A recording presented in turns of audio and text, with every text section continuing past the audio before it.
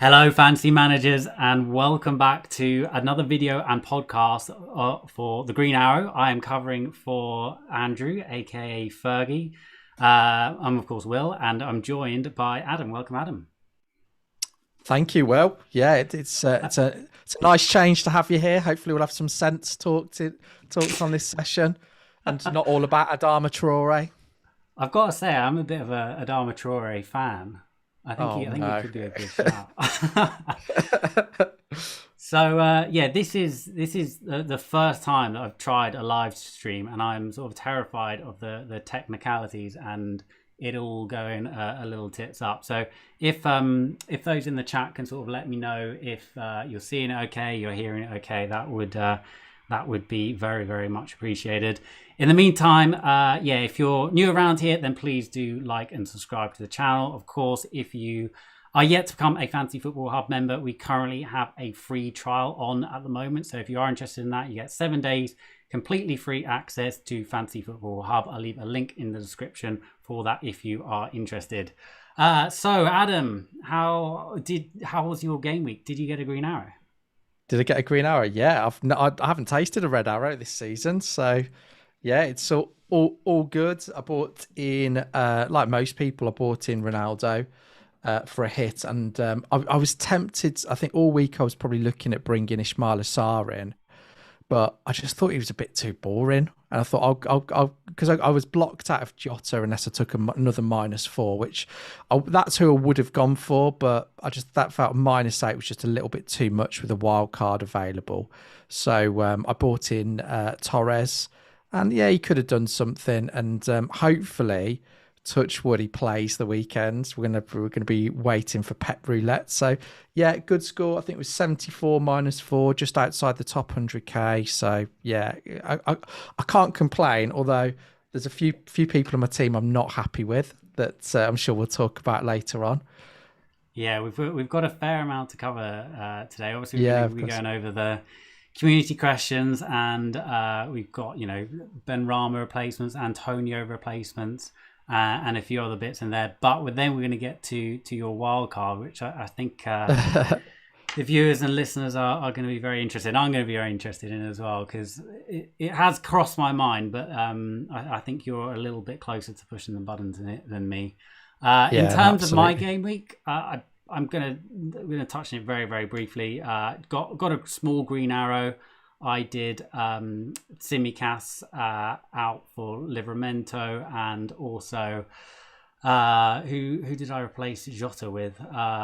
Fernandez, of course, and I also got rid of Danny Ings in for Ronaldo captain. So I had 2 free transfers, took a -4, and yeah, it certainly paid off. Although I noticed we had sort of a similar decision, and you decided not to just go for the Torres move and not take out Tsimikas. What was your reasoning behind that? It was the extra -4, and I thought for a -8, and Firmino is back doing light training, it's possible he makes the Brentford game, and I thought both Jota and Torres have got equal upside, and they're both risky options. If I could have got Jota for a -4, I would have done, but I just thought with the wild card still left to play, and a lot of people playing a wild card last week, I just didn't really want to take a -8. So I think what's happened with Tsimikas is exactly what we thought would happen. I think Robertson probably came back a little bit quicker than anticipated, and it's caused, and I think where I got caught out is in probably the big thing that is sort of the knock-on effect that's impacted my team is in game week 2 or 3. I think it was game week 3. Ben White had COVID, Veltman had COVID. So my 2 defenders that I needed one of them to play weren't available. So I had to make a defensive transfer, and retrospectively, I should have done Tsimikas to Livramento, but I thought, well, I'll actually go for someone who's got more upside than Livramento, and I was looking at Spurs defenders, ended up bringing in Soufal, and that was just a bad decision. So there's been a few knock-on effects from that, and I haven't quite recovered, but it's fine. I think there's plenty of options in the game, and as much as I'd like Jota, I think Torres and Greenwood could easily do equally as well. Yeah, no, I can't argue with those moves. I just like as a bit of an aside, it's been like an incredible start. I don't know about you, but I'm what am I, around 180k. It's easily like the best start I've ever had. But in like most of my my competitive mini leagues, I'm like mid-table, if that. Well, I think I'm third in my main mini league that which I do with friends, and it's not all of them are in the FPL community. In fact, very few of them are. I used to win it every year or most years, and it's got really competitive the last few. I didn't win it last year. I haven't won it for the last 2 years actually, and I'm third at the moment, a couple of points off top. So that's my aim for the season, is to win that league.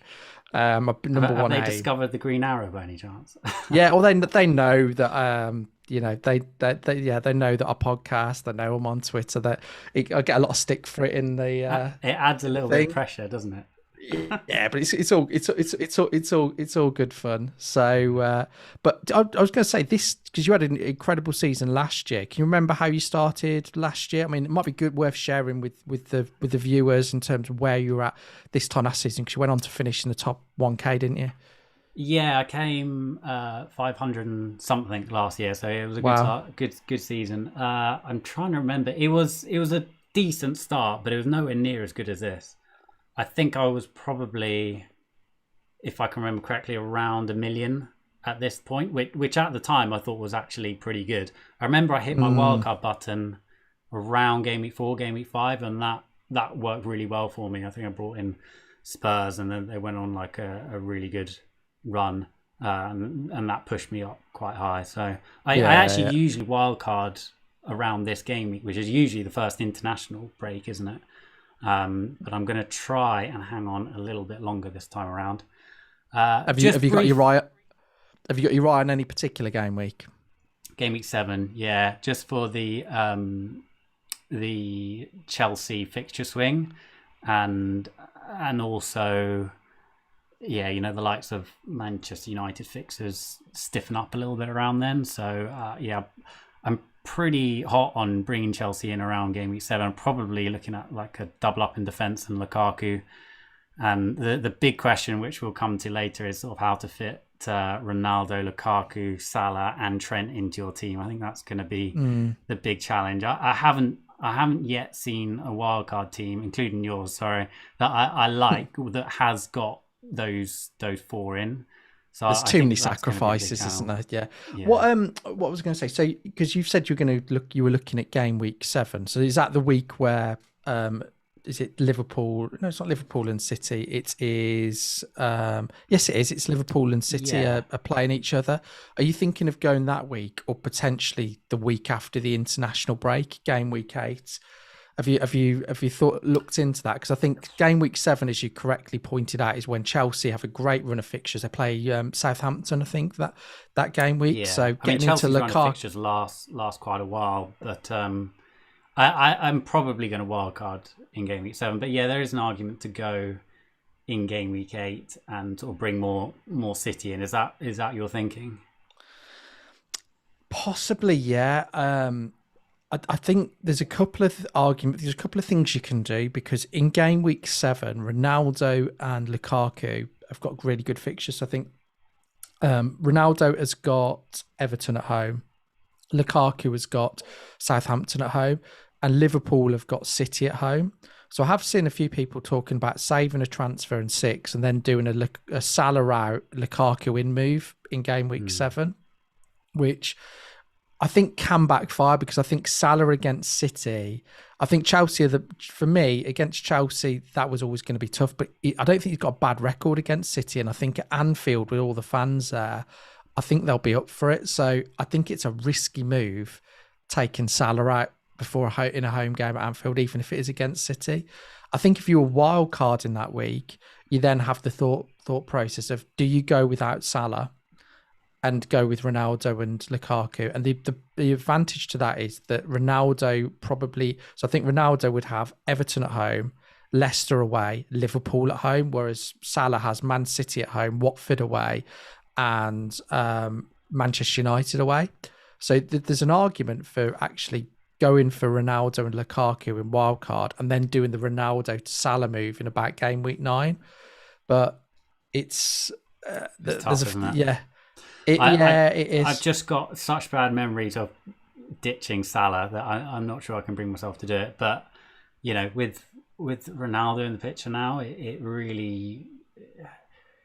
I think it's great, actually, because it opens up... Oh, it is, yeah.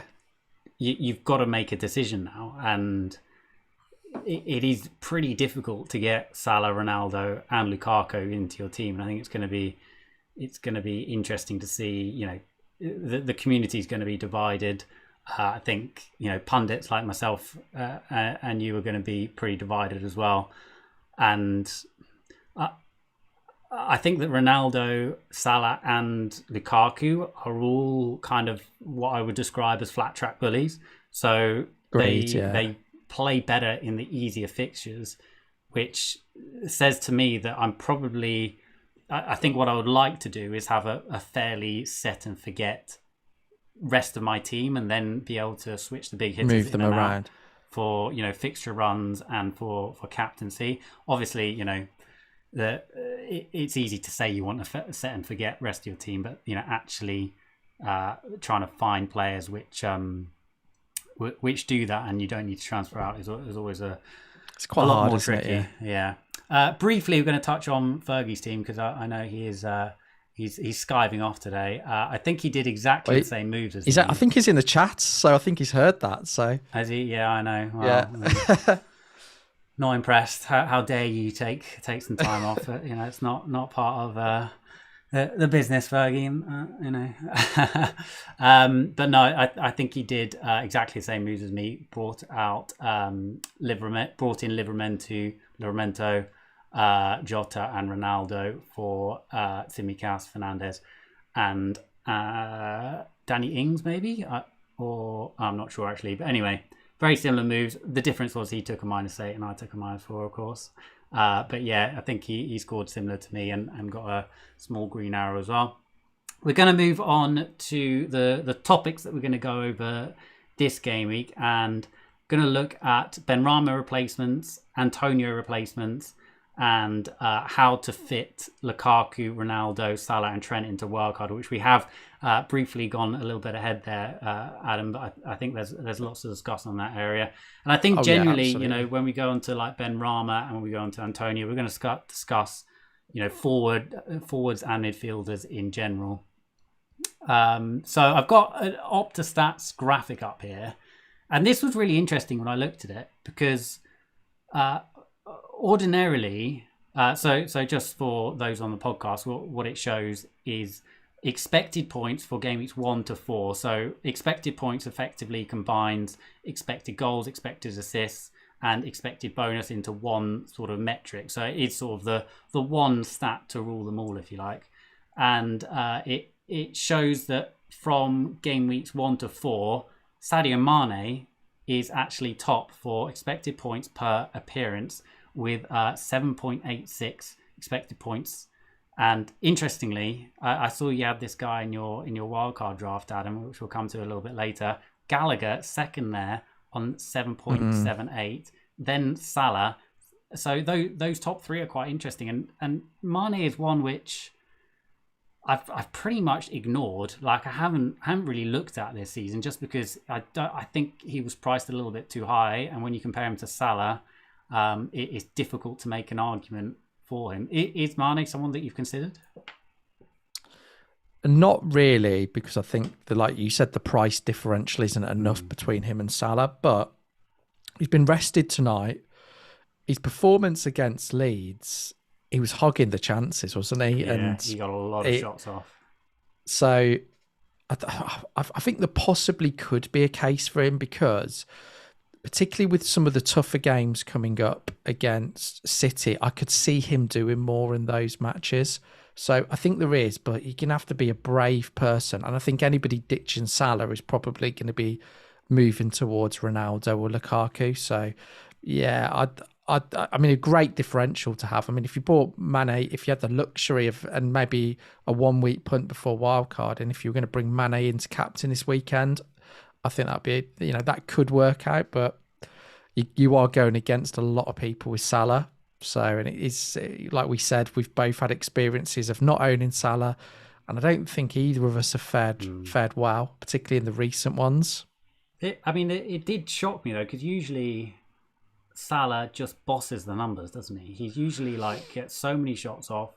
His stats are just incredible, and I think this is the first time that I've seen over sort of a consistent stretch of games. I know it's only 4 game weeks. We're not looking at sort of a 10 game week stretch, but even so, that Mane is ahead of him, albeit, he's not massively ahead. I thought it was interesting, and certainly watching that Leeds match, he got so many shots off. And I know some people are like, he only scored, 1 goal or whatever, and, his shots weren't that good.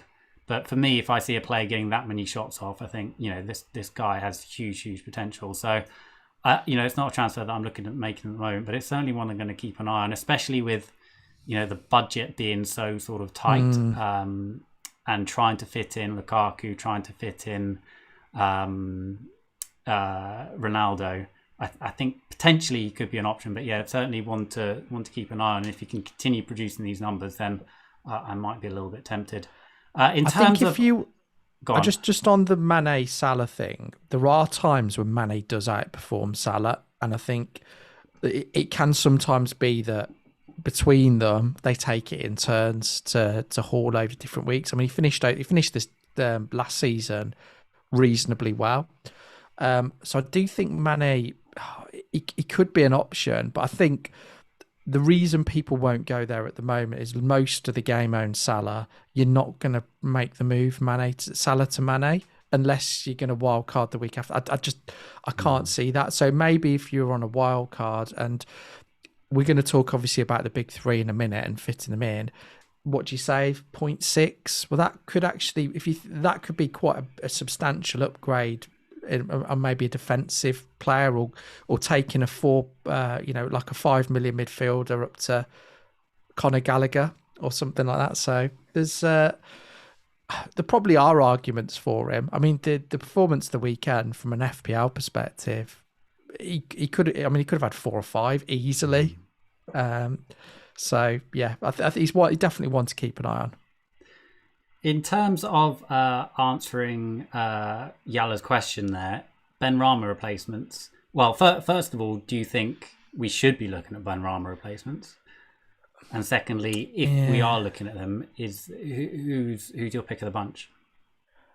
I'm not sure on this, so I'm going to wait until tomorrow night before forming a complete opinion. Is he going to be involved? Is he rested? So he got taken off early, didn't he, the weekend? That was the thing that concerned me. But was it a case of international duty, that because he'd been travelling with Algeria, that he actually had he got taken off for that reason? So I don't know. It's a tough one, because I think the last 2 game weeks he hasn't been great. But is there anybody that you could guarantee is going to do better? I mean, Man United at home isn't a great fixture, but then after that, Leeds away, he could do well, and I think they'll get plenty of space to counter and Leeds, and then Brentford at home against his former club, and I think they actually played Brentford at home pre-season, and he was outstanding in that match. So. It's a tough one. I'm not sure in terms of replacements. If you're looking like for like, then I think Rafinha is the obvious one. Within a similar price bracket, Leeds have got good fixtures, although Leeds haven't been great themselves. Has he impressed you though, Rafinha? Because I've had him from the start, and just watching Leeds, he seems to be. He doesn't seem as involved in everything that Leeds do. Like last season, he just, most of Leeds' attacks, you sort of looked at Rafinha and you think, yeah, he's going to be heavily involved. I know that he has looked threatening and he has had some good opportunities, but I just look at that Leeds size and I can see points from like all of their midfield, and I don't know. Last season it was just Dallas, Rafinha, and Bamford. Yeah. And this season, I just think that if I was to wildcard now, I don't think I would have Rafinha in my team, even despite the fixtures. Okay. And I'm a fixtures person, but I think I'd probably go Bamford and maybe one of their defenders as sort of a backup. Well, I'm glad you've got the expected stats on the screen. He's nowhere to be. I tweeted yesterday he wasn't in the top 20. Is that because they've had tough fixtures? And we've got to put some context. So they played the second half against Liverpool with 10 men, so that would have made it more difficult. I thought against Burnley, as a non-owner watching it, he looked very involved. He missed a great chance in the first half. And second half, he was probably unlucky not to get the assist ultimate. He didn't deserve the FPL, but the FPL assist. No, he should have got an assist for that, Rodrigo. Yeah, and he pretty much created the Bamford goal, didn't he? So, I don't know, and he missed against United. He missed an absolute sitter, and he scored versus Everton. So I think when you go back and look through the games, is it a case that they've had a fairly tough start playing Liverpool and Man United, and actually Everton who've started really well. So is it a case that when the fixtures get better, he'll improve? Stats wise and probably eye test wise, have we seen enough? No. So it would be a leap of faith on my part looking at the fixtures. And the other thing is he is a 90-minute man as well, which I think for that type of player and the flair type of player, you don't always get. So look at Damari Gray, look at Ben Rama recently. You don't expect them to play 90 minutes necessarily every week. Rafinha does. So I think playing Newcastle is what's he got. So he's got Newcastle, which you would fancy him to do well. West Ham, okay, that could be a tough game, and I think West Ham have actually had the better of Leeds the last season. I think they beat them twice convincingly, and then they've got Watford, so they've got 2 out of the next 3 games. You'd fancy him to do something. So I still think he's the best bet. I think if you go in next week, Conor Gallagher without a question for me. I've not been as impressed with any player this season. I bought him in my Sky team and I was pleased with that. So even though he only got 1 assist, but I think he looks great. He looks Lampard-esque, I think, and I know he's referred to that. But it's that what's really good about the role he's playing. It's very, very difficult to stop, because tracking those runs, the people that are typically going to be tracking him are going to be midfielders themselves, not necessarily the defensive midfielder as well. So they're really difficult to stop those runs. And I think he's got so much energy, and I think I just think he's quite an exciting player. Great price. He's on set pieces. He's been involved in everything. He should have scored more as well, which is so. I won't be bringing him in this week, and if I do decide to wildcard, he will almost certainly be in my team. So if I do wildcard this week, he'll be there, but I probably would bench him. So yeah, I think he's the one that I like the most out of all of them. What about yourself? What about the sort of the Ben Rama price mids which appeal to you? So just on your Gallagher point there, I don't know if you can see, I've switched over to a different screen here, and I've got fixtures sorted by predicted FPL points. So this effectively looks at, depending on the fixture, how many points is the whole team going to score. And typically when it's a nice feature on our fixture ticker, and it sort of looks at the strength of the home the team. It looks at the strength of both teams. So you'll see Manchester City and Chelsea and Liverpool and all the rest of them up the top of this sort of table, most game weeks. But interestingly, there, I think the Crystal Palace for the next 6 fixtures are bottom of this table, which to me, is a bit of a red flag for somebody like Gallagher. Are Crystal Palace going to score enough goals? They've got Liverpool next, then Brighton, okay, but Brighton are fairly solid at the back. Then Leicester, then Arsenal, Newcastle, decent one, and then Manchester City. I just don't see that Crystal Palace are going to score enough points in general for Gallagher to be a decent pick. And I know that he's cheap, but it's sort of like an awkward price point where you do kind of need to play him every game week. And I was looking at your wildcard and I saw that you've got him, in both of your wildcard teams, or both of your potential wildcard drafts, as we'll come to a little bit later. And I just, to be playing someone like Gallagher every single week, I'm just not sure of, to be honest. So for me, I think, go on. I think I'd rotate him if I had him, and I would do it with a defender. Okay. Yeah, I think I like at the moment.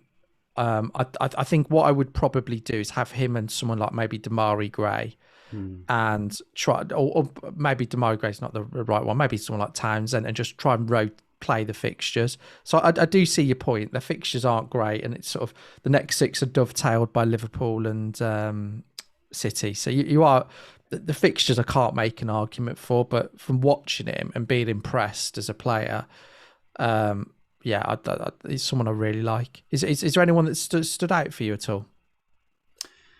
Well, in terms of Ben Rama replacements? Yeah, any other players that have stood out?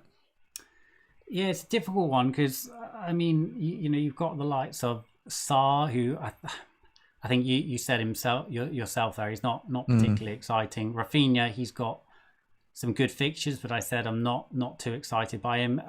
I mean, this is kind of why I don't really want to wildcard at the moment, because there's so many things that I'm not sure on. And actually, Ben Rama himself, I haven't really considered getting rid of him. He's got a difficult fixture this game week, and then he's got Leeds and Brentford.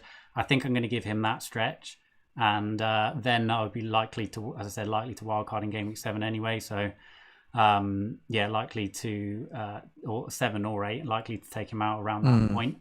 But there are some options. I actually quite like Saka. I think that he could be an interesting shout. Arsenal got a really, really nice run of fixtures now, and if they can just pick up on that the win they got the weekend, and he could potentially do something. But it's a really tricky area, that sort of budget midfielder option. And you mentioned Gray there. I think he's a good shout, but again, is he a player that I want to rely on every single week? Equally, is Ben Rama a player you want to rely on every single week? But I think that Ben Rama's done enough to to maintain his place in our teams, and I'm certainly not looking to get rid of him. I'd like to see, if he is going to get rotated, then you kind of need to look at it a little bit more, or if he's going to get reduced minutes. Obviously, the next fixture, I think they got, Manchester United. That's not a good one. I don't think he's going to be as effective with Antonio out as well. So, I'm not expecting much this game week. But, for the following couple of game weeks, I think that he's, as good as anyone, to be honest. So, for me, he's probably a hold. Just for the podcast listeners, we're looking at total predicted points for midfielders over the next 4 game weeks there. And there are some interesting options there. It's highlighting a few of the Manchester United players, and I guess this is, just because I helped build the point prediction algorithm. I don't know how much the sort of Ronaldo factor is built into this. What do you think on the impact of Ronaldo on other Manchester United assets? Obviously, you've got Fernandes, and everyone thinks that he's not going to score as well, even though he scored well at the weekend. But he's going to be without pens and maybe a few free kicks. But the likes of Greenwood, because a lot of people have got Greenwood in their sides. What do you think of him in terms of his impact with Ronaldo in the team? I think it's really difficult to say. I think for me, I'd probably like to keep Greenwood for the next 3, because I think they've got 3 decent fixtures. He was rested last night. I think Solskjaer rates him highly, and he's only taken him off with he took him off with, I think, 85 minutes, didn't he, on the weekend or whatever it was. Same against Wolves. But other than that, he's pretty much playing the full match. And I think after Lingard's involvement and Sancho's involvement last night, I think Greenwood probably came out of it quite well, not being on the pitch. I think, if anything, it's raised his profile. I think Ronaldo effect will have two possible impacts. Number one, Solskjaer could see it as an opportunity to play Greenwood either side of him to get more experience to learn off him and get the opportunity of playing with him. And Sancho doesn't look great at the moment. So I think short term, fine. But I just think I can see most things going through Bruno and Ronaldo. So I think he's probably a don't buy, don't sell. That's probably what I would say at the moment. The good thing with Greenwood is he doesn't need loads of chances, and the goal that he typically scores, is the sort of the angled shot or the shot from just inside the box, and even the goal that he made the weekend, he got a lot of power on that, and that's why it's fumbled. So he just needs a sight of goal. He can use both feet. So I wouldn't write him off just yet. I think it's too early to say, but from what I've seen, it seems that everything's going through. I think everything's going through Bruno and Ronaldo, I think, at the moment. So I think they'll hog the points personally. Yeah, no, I tend to what do you reckon? I've had Greenwood since the start, and same, yeah. He's been really good for me. But if I was to wildcard now, again, I don't think he would be in my team.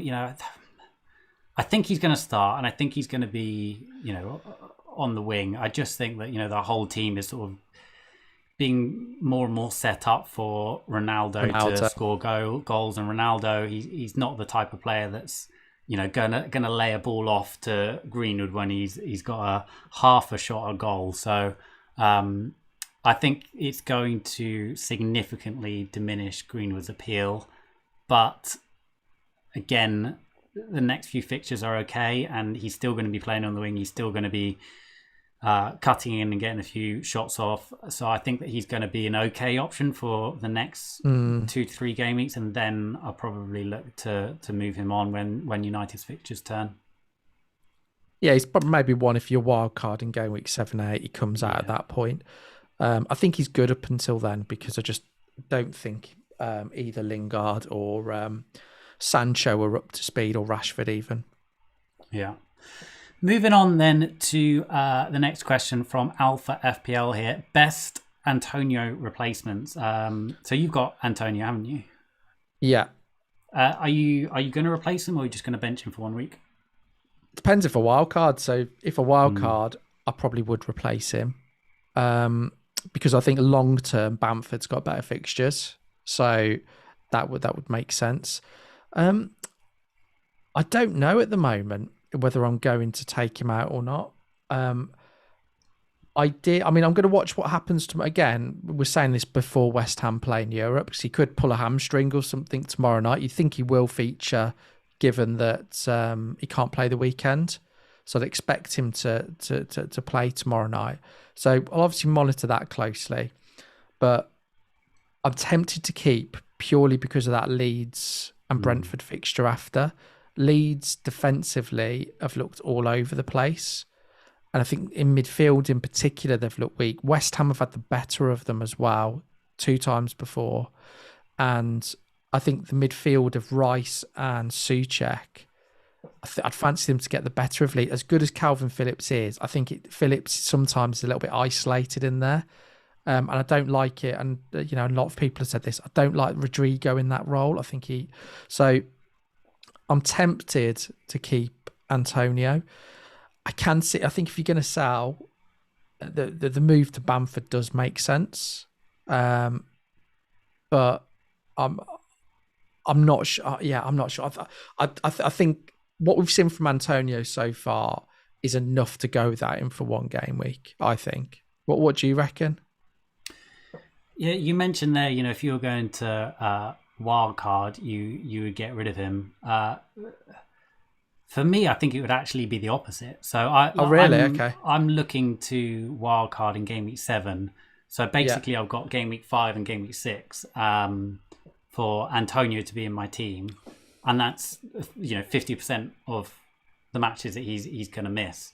So I'm actually thinking of going Antonio to Bamford. And it is worth saying that there are some rumours that Bamford has a hamstring injury. So, I wouldn't do that, tonight. If you are going to make that move, I would do it as late as possible. Hopefully we get some news from, Bielsa. He's usually fairly candid about it. But if I was going to wildcard now, I think that he would actually be one of the players that I would consider keeping. Just because, you can plan your team for him not to play this game, then he comes back in for the Leeds and Brentford match. And, looking at, for those on the podcast, we've got expected points from game weeks 1 to 4 for forwards here. And Antonio is top with 8.84, followed by Ronaldo, then Calvert-Lewin, then Lukaku. Bamford sort of mid-table there. A fair few points behind Antonio. Again, Leeds have had tricky fixtures, and actually, those stats aren't actually too bad for Bamford considering the fixtures they've had there. So I do really like Bamford as an option. Again, I think that he's just from watching Leeds, I think that he's probably the asset to own. Just the fact that he's spearheading that attack, and he's on penalties, and as we all know, Leeds have got a fantastic run of fixtures. So I really do like Bamford. But I also really like Antonio, and he is just going to miss that one game, and that one game was a difficult one anyway against United.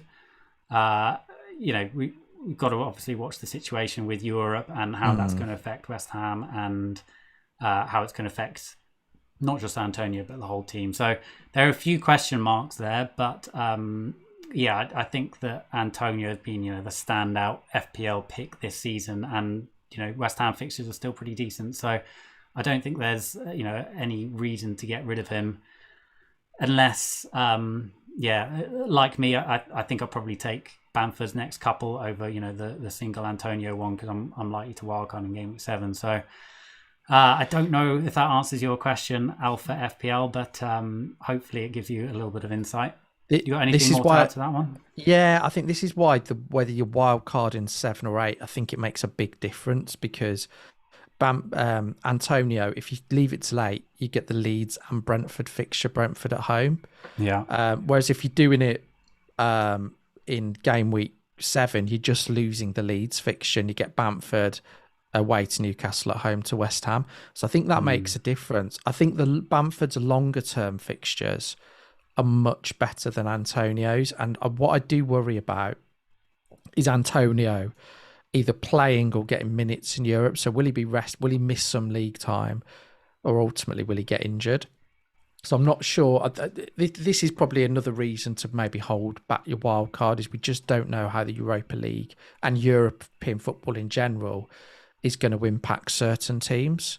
So I can see, but I think it's quite a tough decision on Antonio, because I can see both sides to it. And I'm not sure on it yet. I haven't made a final decision. Yeah, we've got the predicted points up here from the Hub algorithm, and interestingly, Ronaldo top there. So this is for game week 5 to game week 8. Ronaldo coming top with predicted points of 24.1. Bamford in second there with predicted points of 23.7, which just go to show how strong Leeds fixtures are.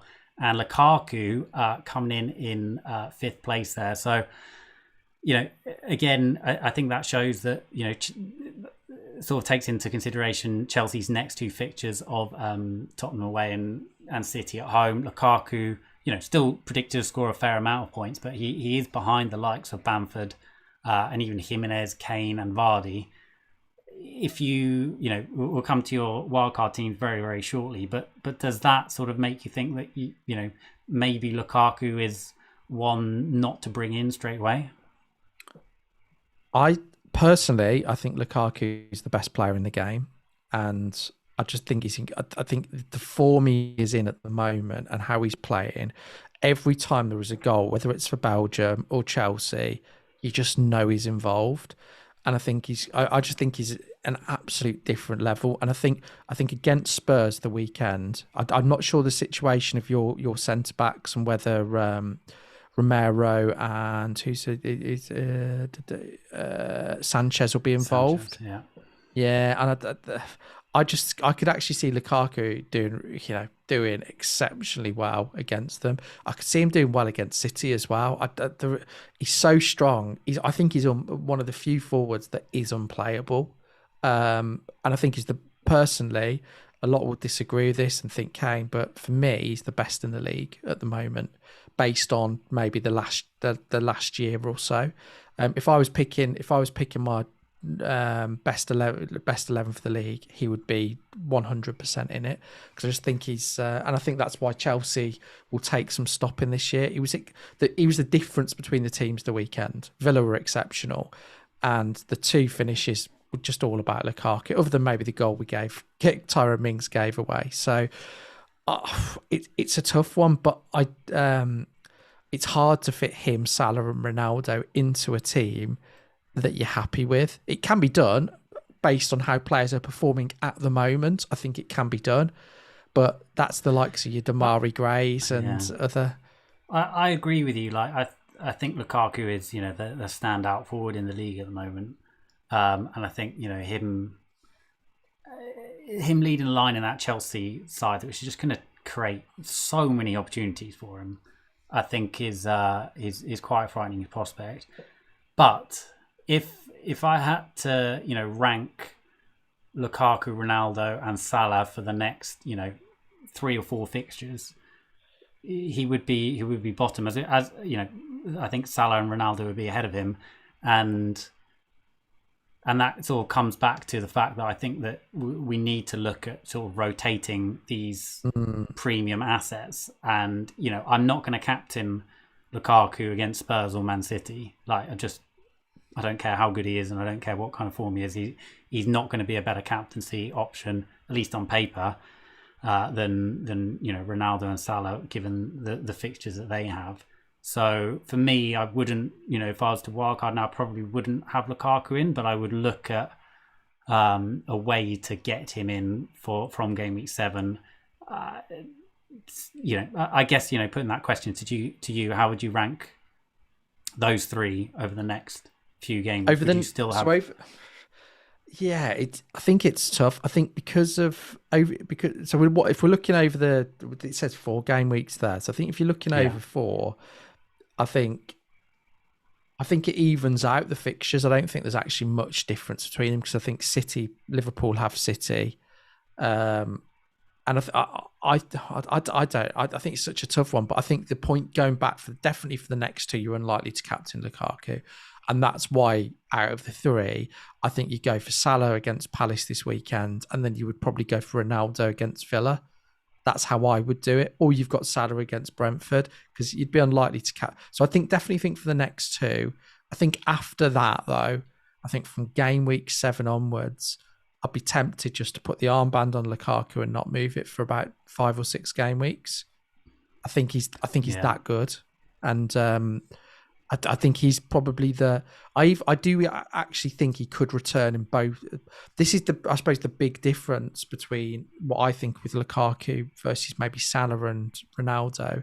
I'm confident that Lukaku will score the weekend, and I wouldn't be surprised if he scored against City.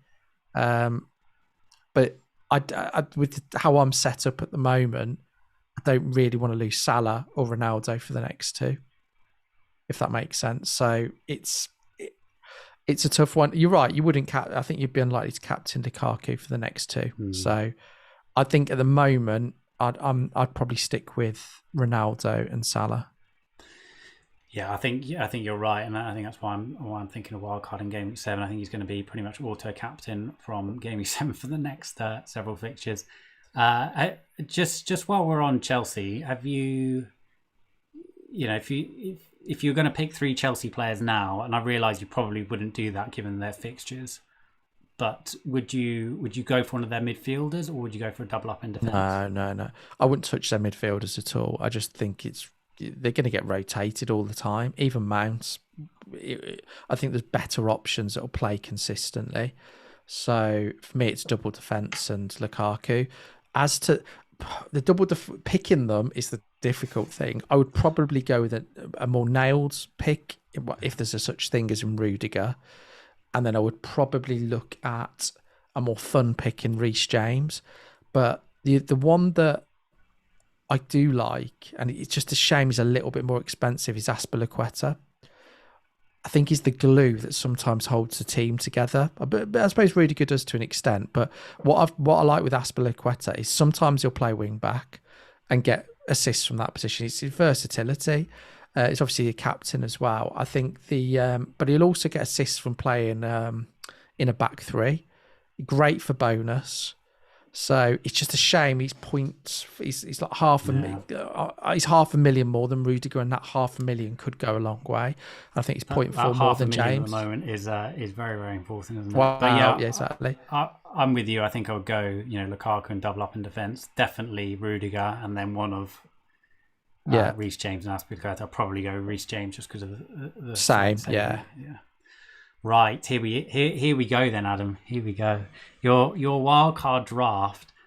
So just for the podcast listeners, Sanchez in goal with backup of Steele, Rudiger, Alexander-Arnold, Livramento, Shaw, Semedo, Gilmore, Salah, Gray, Gallagher, Rafinha, and then up front you've got Lukaku, Scarlett, and Ronaldo. So it should say this is one of your drafts. You've got another draft we're going to go over briefly. Yeah, so this is the one with the sort of big four, if you like. Yeah, exactly. I think I wanted to see if I could get a team together that where I could have a decent 11 and a couple of subs. So I think it can be done, but you have to make sacrifices. And I think I'd be happy playing Rudiger, Trent, Shaw and Semedo throughout about the next 7 or 8 game weeks. I think if you look at Wolves have got great fixtures. His attacking threat's great. And I think with Shaw, he can easily become a City defender, Reece James. So there's a transfer set up there. I think the sacrifices in this team are Gray, Gallagher and possibly Rafinha, but I'd probably say Gray and Gallagher are the sacrifices, and you'd have to be playing them every week, which on current form is fine. And but it's will they regress? And I think we've talked about Chelsea's tougher fixtures. I'm not convinced that I'll necessarily get more from by going now on them. So I think maybe waiting. I think that the reason that I'm probably put off this team is I'm not sure that the big three is the way to go. And we've just debated which two to go for. I already own Salah and Ronaldo. So, yeah, I do really like Lukaku, which makes it difficult. But I'm put off this structure because I just don't think there's any flexibility. It could work for maybe 2 or 3 game weeks, but I think I'd almost certainly then do a Ronaldo. I mean, where you've probably got the flexibility is you can downgrade, say, Ronaldo, or let's say Ronaldo for argument's sake, and then use it to strengthen 2 other positions, so a little mini wild card. So I think you could do it if you believe that having those 3 in your team over the next 3 or 4 game weeks would work, and it possibly could, but then it means that you're missing out on a host of other options. There's no midfielders above, sort of those middle price midfielders in there.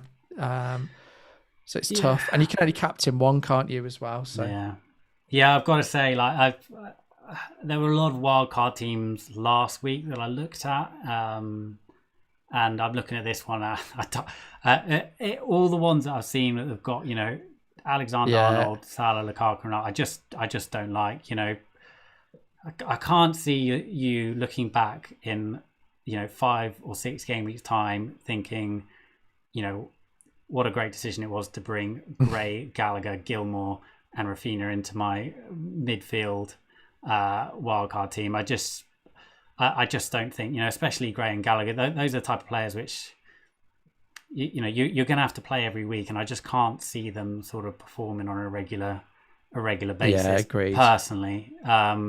I just think it's a little bit too unbalanced. So, yeah, I'm. If I were to wildcard, I would look at more of a sort of a flexible approach, which is tough though, because you're coming off the back of Salah being Salah and scoring, Lukaku getting a brace, Ronaldo getting a brace, and the wildcard teams that went with a similar setup to this last game did incredibly well, didn't they? I do think you're relying on the likes of Lukaku, Ronaldo, and Salah. Getting close to double digits each week for it to sort of pay off. Yeah, no, I agree. And I'd be unlikely to to go with this at this point in time. I think where I can see one of the reasons, and I don't think this is key, is one of the reasons I'm considering wildcarding is I can see that probably from game week 7 or 8 when I would wildcard, I'm almost certainly going to want to move to 4 at the back. I look at the players, and I think if you take out the premium strikers, so Lukaku, Kane, Ronaldo, when you look below that, you've only really got that I would want to buy and be excited about playing. They're all around 7.5, 8 million. Now, if you look at the defenders and some of the midfielders in particular that are available below that, I think there's just more exciting options. So if you look at the defence, Cancelo, Diaz, Semedo, I think looks great. Shaw, I think will do well even in the tougher fixtures because United actually tend to get clean sheets in those. You've obviously got the Chelsea defence, so I think there's someone like Tierney could be great. So there's loads of really good cheap defenders. But when I look at the forward options below 7.5 million, people are talking about Pukki, Tony, all of the players that I've just mentioned, Armstrong, all the players I've just mentioned, I would rather have than that spot. So I think I want to set up so that I don't have a budget forward. Tony has caused me so many problems and I haven't been able to escape from him. And I actually said, I said this prior to on the Green Arrow before the season starts, I'm not going with Tony. Tony's going to be difficult to escape from. He's almost impossible to escape from. He's caused me so many problems. So I think having a Tony is very different to having, like a Bamford or an Antonio, because there are a lot of options around that price point. And we'll come to your second wildcard team shortly. But I see you've gone for a 2 up top again in that one. Have you not considered sort of a 3 up top, because it seems pretty popular with a lot of wildcards?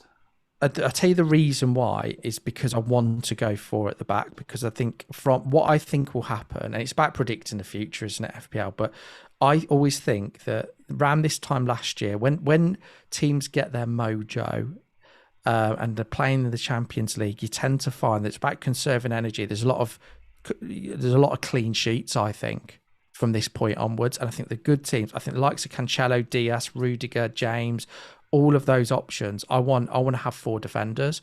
And I think when you have 3 strikers, 7.5 million plus with 1 premium, you almost lead into a double pivot in midfield. And I just don't I don't want a 4-3-3 for, I think it's just too inflexible. So I think I'm leaning towards going with a 4-4-2 formation, but having a bit of flexibility so I can sometimes play 3-5-2. I'm not convinced. Outside of, I think you maybe Antonio and Bamford, but even Bamford, I think Rafinha could easily match him and outscore him. I'm not necessarily in a 4-4-2. So I'd rather Jimenez. Maybe short-term punt, and he's a player that I would really, really like to do well. But I just think the way it's going is, at the moment, I know everyone was hot on Calvert-Lewin, everyone was hot on those. I get that. I do get that. But they are expensive in comparison to, I can see loads of 6s, 6 to 9 points for Diaz, Cancelo, James, all of those players I can see doing really well from about game week 6, 7 onwards. I can see them racking up the points. And I think that's why going 4-4-2, it allows you to do that. And I mean, it's probably worth going on to my other wildcard team, because I'd ruled this one out anyway. I'll switch over to it now. Do you want me to read through it, or do you want to have a quick read through?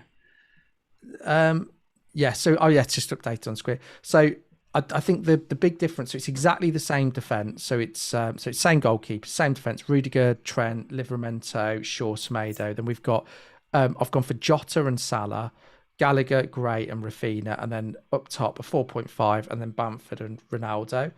The thought process here is that I've got flexibility, so I can do a bit of Gray and Gallagher and Rudiger rotation. So next week when Rudiger's got City, I wouldn't play him. I would go with Gallagher and Gray.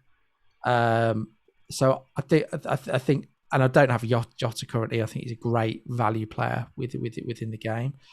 But I think having reflected on it, so I posted it this morning. I thought, I'm going to go for it because there's certain players in my team that I don't like currently.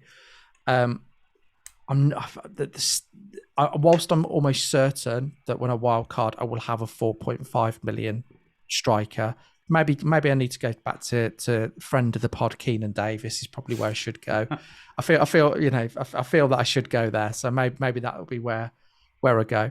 But I just think that the value outside of, I think when you have like 2, 7 or 8 million forwards, I think it then means you can't have as much in defence unless you go for a double pivot in midfield. And I actually think there's some really good options in midfield that will emerge. So I think Pepe at Arsenal could be great. Yeah, I think that sort of 7.5 million midfielder is quite a fun area to own.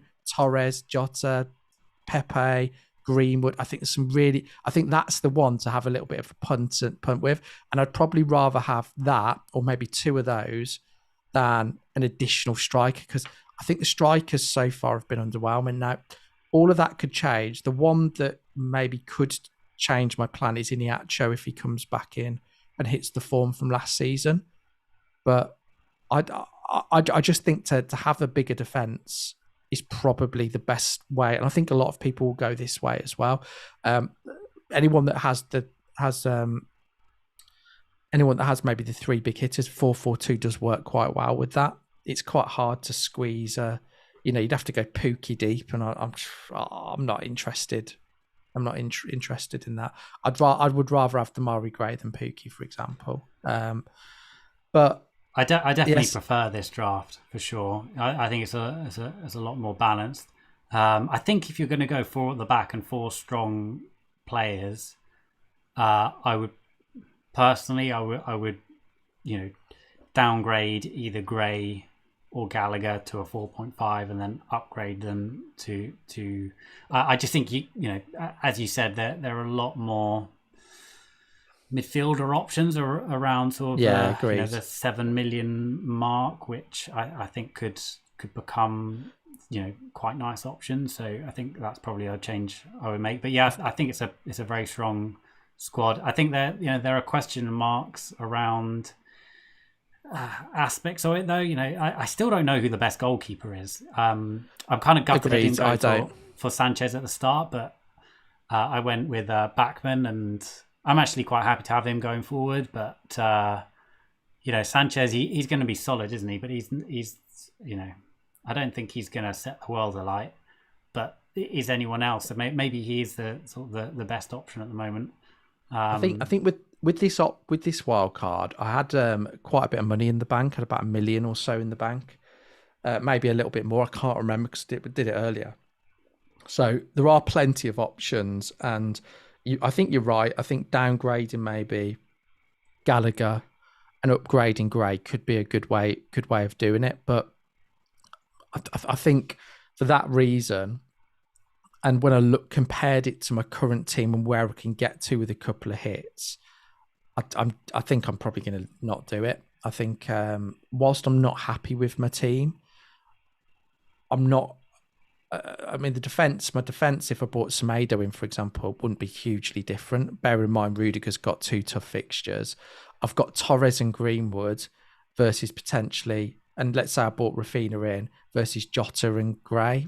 There isn't really much. That could go either way, couldn't it, really?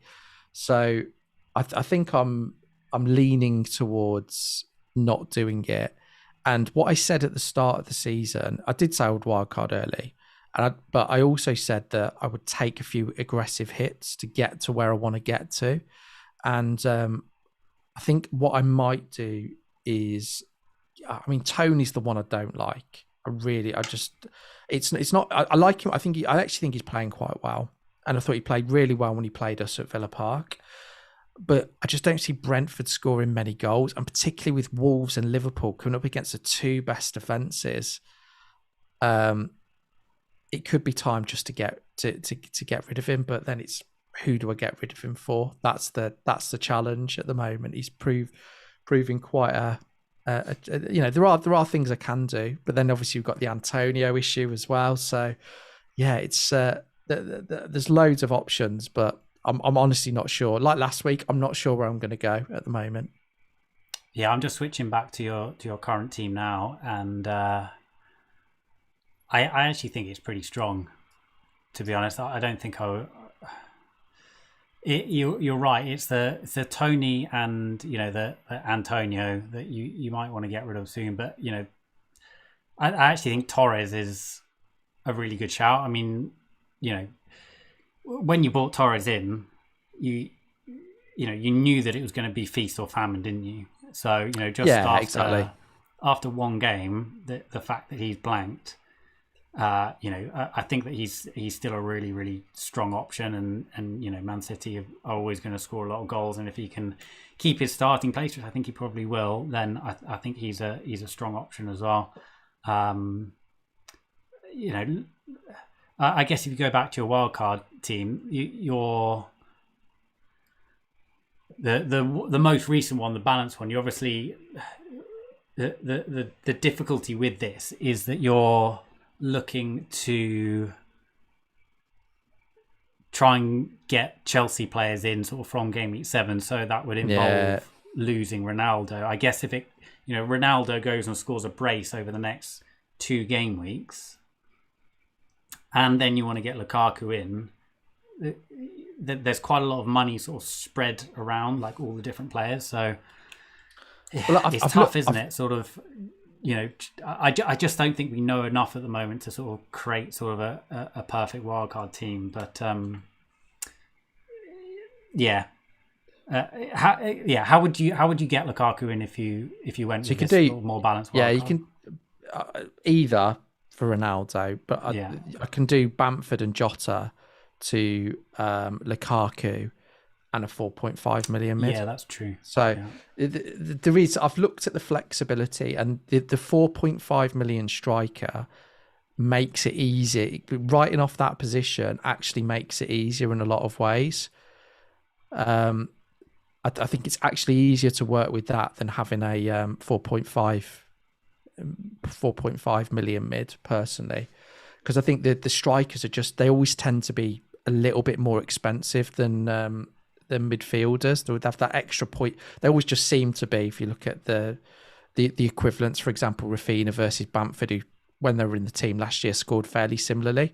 So that's why I prefer writing off that position, and I think I play better because I always think the exciting positions for me, not necessarily now, but the exciting ones are going to be, if you look at Man City and how they're set up, it's all about the midfielders, isn't it? About the defenders, but you're going to have a punt on a midfielder, aren't you? We talked about Arsenal. It would probably be Pepe rather than a forward. Aubameyang's too expensive. So that's why I like this setup, but I don't think it's right to... I mean, I posted it in the morning, and I thought, well, I'm going to... And my initial reaction, so on just to backtrack a bit, on Saturday I did the Match of the Day challenge, and it was great because I think I watched it on Sunday morning, and it was brilliant. And actually, it really enjoyed. It was 8 matches. It was great to watch, and I come out of that thinking straight away, I've got to wildcard because of Antonio, because of Tony, because of Ben Rama, because of Tsimikas, because of Gilmore lost his pace. It seemed really obvious, but then when I sort of thought about it and looked at it and thought, well, I could maybe do a -4. I could do one or two moves, and my team wouldn't look that bad. And I think you've made the point. What stopped me from wildcard last week is, do we have enough information? I agree with you. I don't think we know who the best goalkeeper is yet. Ramsdale could be quite a good option, but I'm not convinced he is nailed. I think I saw quotes today saying that it's just for the next couple of games. I think there's a lot of players around sort of 5 to 7 million midfielders. Your Gallaghers, your Grays, your Ben Ramas, even Rafinha, you could argue that we're just not certain how they're going to perform. So and actually probably getting an extra 2 weeks information on the likes of Chelsea, on the likes of City, it is worth it. So I'm not sure there's enough ground to be made. I think I'd like my team on paper for this week if I was to go for that. So it'd give me a nice 4-4-2. I'd bench Gallagher and Livramento, and it gives me quite a nice team for this week. But I don't think it's I don't think I'm going to get that big enough jump from it, and I think I'm leaning towards sticking with it and maybe go for a -4. Yeah, I think on balance you're probably right. I mean, I'm sort of a big advocate of an early wild card. I think all my same successful seasons I've done an early wild card, and 9 times out of 10 it's paid off. The one which I had a shocker of a season was when I think I played it after game week 2, so ahead of game week 3, and that was just too early. And I kind of think I know we've had 4 game weeks now, but with Lukaku coming in and with Ronaldo coming in and with just a general, like, a lot of shake up with different teams, I think we are working off a little bit less data, especially with United and Chelsea. So yeah, I think on balance it's probably 1 to 8, even though it's a little bit boring and it's quite tempting to hit the wildcard button. Yeah, but it does. I mean, it does mean I can have a few fun picks for the next few weeks. So the team that I really like is Wolves. I think I said I wanted to wait a week on Wolves, and a few people in the chat are saying it needs more Traore in your wildcard team. No, absolutely not. I mean, he was. I don't even think he had a shot the weekend. He looked even worse. I'm 1 nearer to my bet with Fergie. So 7 to go. I think he needs to get 4 returns in 7. I think the wing backs will get more returns than him personally. I don't get the Traore fascination at all. And he's obviously set up his finishing school, of which he took Semedo to. Mane popped along for a bit as well. So I think that's proving quite popular. Do you like Trincao at all? I do. It's just the minutes. I think. I think Trincao it looks more likely to get attacking returns, but I think he's just such a rotation risk, and he seems to get dragged off at 65, 70 minutes. And I think with Podence back, and who's the guy that came on and scored the weekend as well?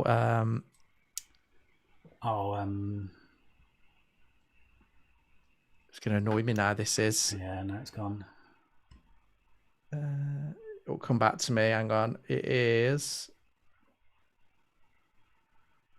Because he was only. Yeah, Hwang, that's it. He's only a 5.5 million striker, but I think I spent a bit on him, but he's going to take a while to get into the team, isn't he? So I just think for Wolves, it's all about for me, I think Jimenez is an interesting one, and I think if I went with Jimenez, it would be a leap of faith and a bit of nostalgia, because he's one of my favourite players from an FPL perspective, because I think we all have bonds with players that we maybe bought and have done well for us.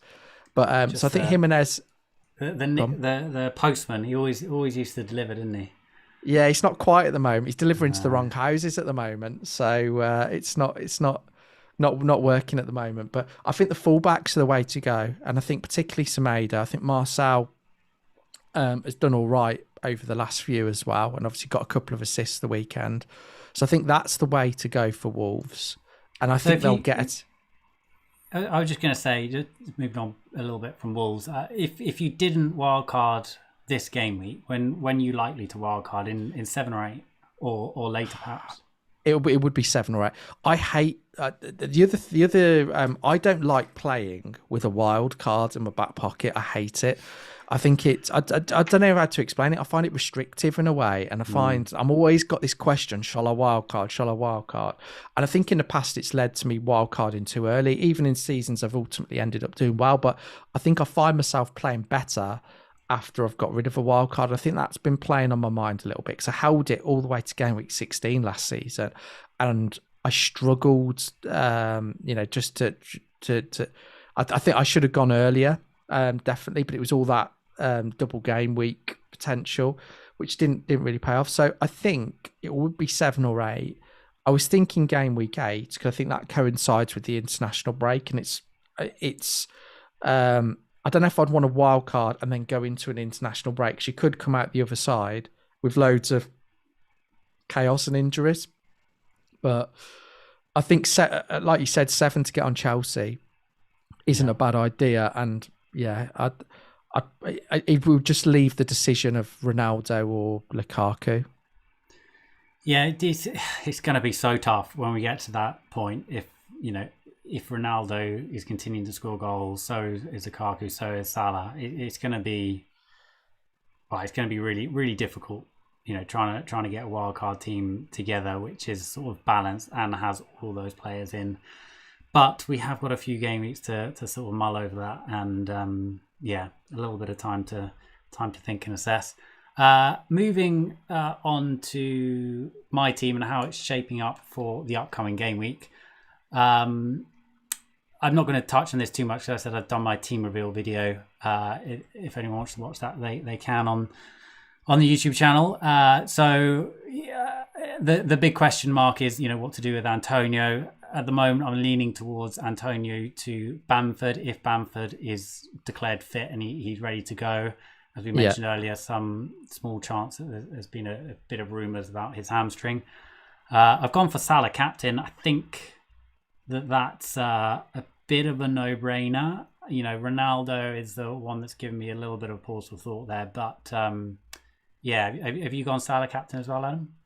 Yeah. I think I'll almost certainly go Salah captain. Although with Mane being benched, I don't think he'll bench either. I don't see him benching Salah the weekend. So I think I'll go Salah captain. And I think with your team, just looking at the setup, there's a couple of things that would not question, because I think you're making the right decisions. But I think going Veltman over Ayling.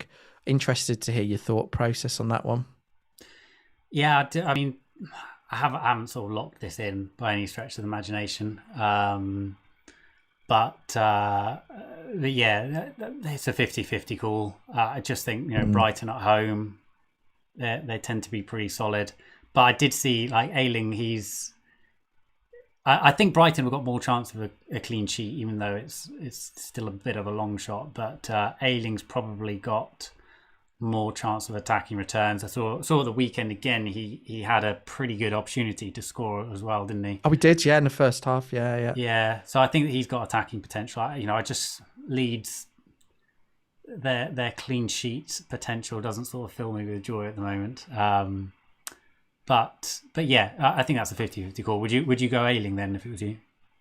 No, I'd go Veltman as well. I think it's the right. I think Veltman. I think Ayling could be, given all the centre-back injuries and Newcastle play 2 up top, I think there's a very good chance he plays centre-back. And the way Leeds are defending, I actually fancy... And a night game as well, I always think that adds to the atmosphere and occasion. Yeah. I think Newcastle will score, so I wouldn't go Ayling. I think that's the right decision, but I just thought a lot of people might think that. And then I think looking at your team, I think the Antonio to Bamford move is an obvious move to make. I think this is probably the difference between yours and my team. I've got loads of options, a lot that I'm not fond of, but I think yours, it's screaming you in the face obvious what to do, and it's great when you're in those positions. I wouldn't hesitate. I mean, if you prefer Jimenez maybe, or if you prefer someone else, but I think it's obvious to go for Bamford.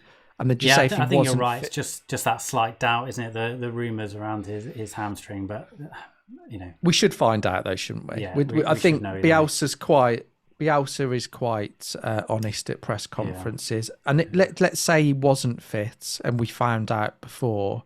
Would you hold and play Ayling, or would you look to maybe bring in somebody else? It's a good question. I think I'd have to give serious thought to when I'm going to wildcard, but I probably would look to transfer him out if I was pretty set on wildcard in Game Week 7, which I am. But then again, Ayling, he's a fairly decent sub in, and then you've got 2 free transfers, and if you're wildcarding Game Week 7, you can take a few punts, can't you, in Game Week 6? Exactly. But exactly. If I might go Jimenez actually. Just for a bit of a nostalgia pick. But I'd have to give that one a little bit more thought. Who would you go for if Bamford was ruled out?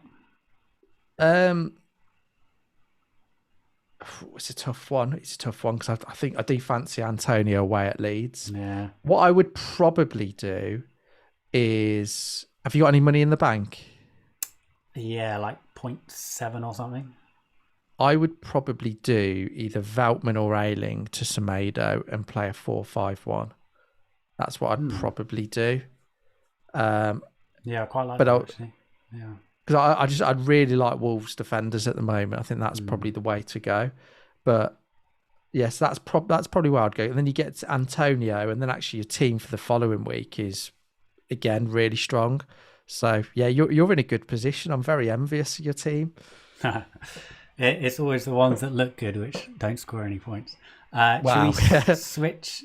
I haven't got your team for the upcoming game week, but I've got your team from last game week. So yeah, I presume it's going to be sort of a similar setup. So you're currently with Tony and Antonio. I guess that's where the action's going to happen, is it? I don't know. So I've got about 7 or 8 different options at the moment, which I don't usually think is a good thing because there's a lot of opportunity to get it wrong. The players that I want at the moment are really from Leeds and Wolves. So I like Rafinha. In general, I think he's a good option. I think the fixtures will come good for Leeds. I like Bamford. I think Jimenez is sort of a secondary option. I'd be willing to take a risk on him. And I also like Semedo and Marcel. So Marcel would be... So, I mean, what I can do, I think the players that I'd be happy to get rid of. So I could do Soufal and Tony to Marcel and Jimenez would be an option. I could just do Antonio to Bamford. So I could do that move, and it might suit me because, and then I don't know how much I'd have left I don't think I'd have much left to deal with Tony. I mean, if I could do that and then bring in Jimenez as well, I don't think I can. I shall tell you now. Could you do Soufal to Livramento, Tony to Bamford? Probably not. Yeah, I've got the exact money to do that. Yeah. But I'm not going to play Livramento this week. So. Oh no, because then you won't have a bench. Yeah, exactly. So it's I think if I'm wildcarding game week 7, I'm more like, because I in my head I thought, well, I'm going to go game week 8, but in fact, having spoken to you and you seem quite set on 7, I think game weeks, this is where it's quite key because I'd be more likely to get rid of Antonio, and then you get 2 games from Bamford. So I'm not sure at the moment. The players that I'm tempted to get rid of are Antonio, Tony, Benrahma, and Soufal. So those are pretty much every move I've looked at have involved those 4 players. So if I get rid of Benrahma, I mean, I can do, for example, I think I can do Tony to Townsend and then, or Gray, and then Benrahma to... Yeah, so it's Tony to Bamford, Benrahma to Gray. I think I can do that. So, but again, I'm not sure if is Gray really any better than Benrahma. I'm not convinced. So yeah, it's tricky, isn't it? It's that Tony. He's difficult to get rid of. He's got Wolves away, which isn't the worst fixture, but as you said, I'd probably back Wolves to get a clean sheet there. Well, he's a problem the week after as well because they got a really bad run after that. Liverpool, they've got Chelsea, Liverpool, Leicester. So if I'm wildcarding in 7, I should get rid of him now. I mean, the other option I could do is if I did Antonio to Bamford, I could just play that team 3-4-3 and just hope Tony does something, and that's what it will be. Hope they get a dodgy penalty or something and he scores. So that's probably that's what I could do, and then the following week I might do like take a hit to get, because then I might take out Torres because he plays Liverpool, plays away at Liverpool, away at Chelsea. So I wouldn't necessarily fancy him for that one, and then take out Tony and maybe go for Jimenez and someone else. But this is the problem, and this is what got me thinking about wildcarding. Is I really don't like that setup of that third striker at the moment. So yeah, it's Antonio's suspension is caused me all sorts of problems. So yeah, I think if I was you, it's tough, isn't it? I'd probably lean towards Benrahma to Gray and then Tony to Bamford for a -4. But yeah, it's not obvious. I can definitely see why you're thinking of wildcarding. It's exactly. I've talked myself out of it, but it's. Yeah, I remember when we were chatting before the podcast, you were 60-40 in favour of not wildcarding. What has that percentage changed then? You sound pretty. I'm not. I think I'm unlikely to, but I've just looked at it, so I could do Towns. I can only bring in Townsend for Benrahma, so I can't even bring in Gray. Which I don't dislike the Townsend pick because it's a bit different, but again, it's a -4 taking out Benrahma. Am I just better sticking with Tony and Bamford? I think this it's causing me a few problems at the moment. I'm going to have to do some creative thinking. I think I'm happy to go up to a -4. I think anything else, I don't think I need to take a -8. I've got players that that will play, and I think it'll. For the sake of 2 game weeks, I'm not sure anything would be that transformative. So, yeah, I mean, the other one I could do is I could do Bamford to Tony and Soufal to Williams at Norwich, and he's got a good fixture against Watford at home. So there is that, but it's Norwich though, isn't it? Yeah, exactly. And but so basically, the way to look at it as well is I'm taking a -4 to bring in Bamford. So effectively, that means that his first goal, I don't even get. Yeah, I'm giving that away. So yeah, maybe the sensible thing is just Antonio to Bamford. Yeah. And just hope I get lucky. I mean, the other thing is the best thing that could happen, and I'm tempted to gamble starting Tsimikas. He would be forever the hero of FPL if he started and got a clean sheet this weekend. I think he'd be. I mean, he could do. Liverpool have got a lot of fixtures coming up, and Robertson obviously played in the Champions League. So.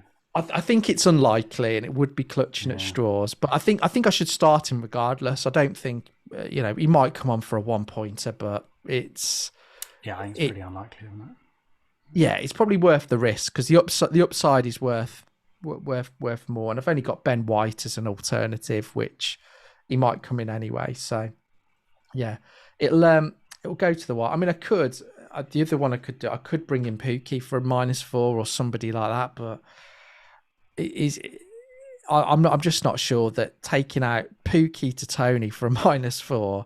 I think I'm just transferring one problem to another personally. Yeah, I'm not keen on that one. Although, you never know. It could come in. I suppose if it's short term, then I can see it. But I'm not big on Norwich at the moment. How much is Richarlison? Let's have a look. I mean, he's an option. I don't really.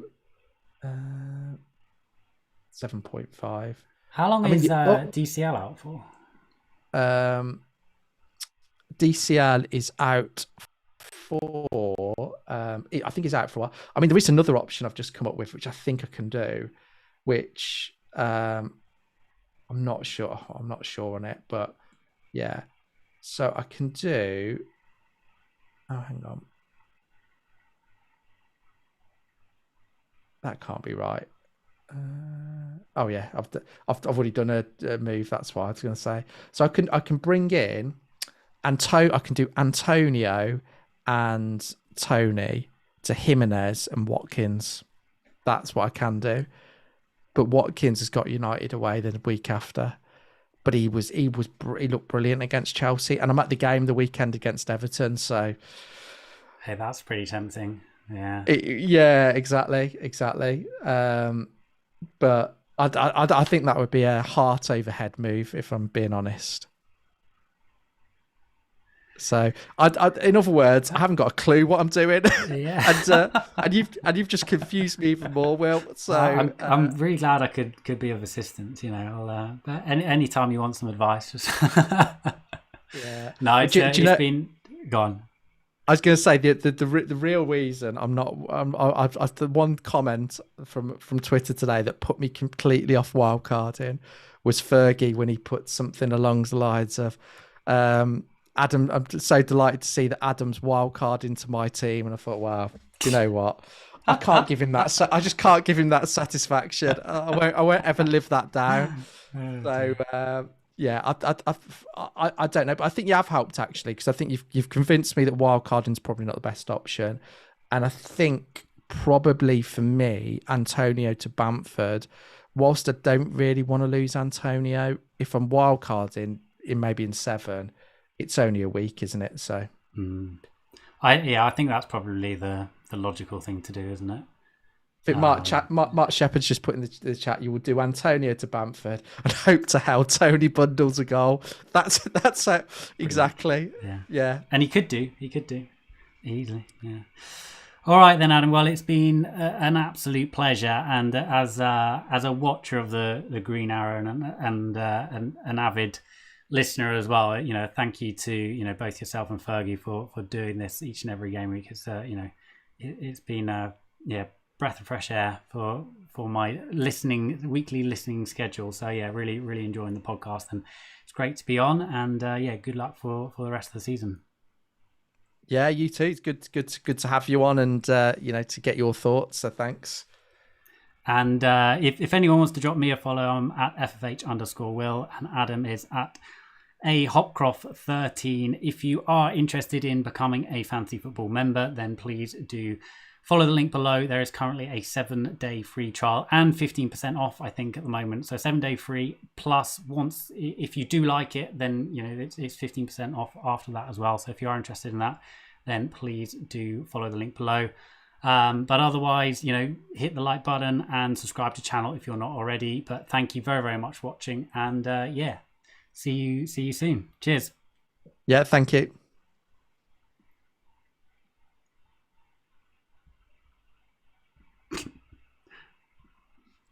If I can find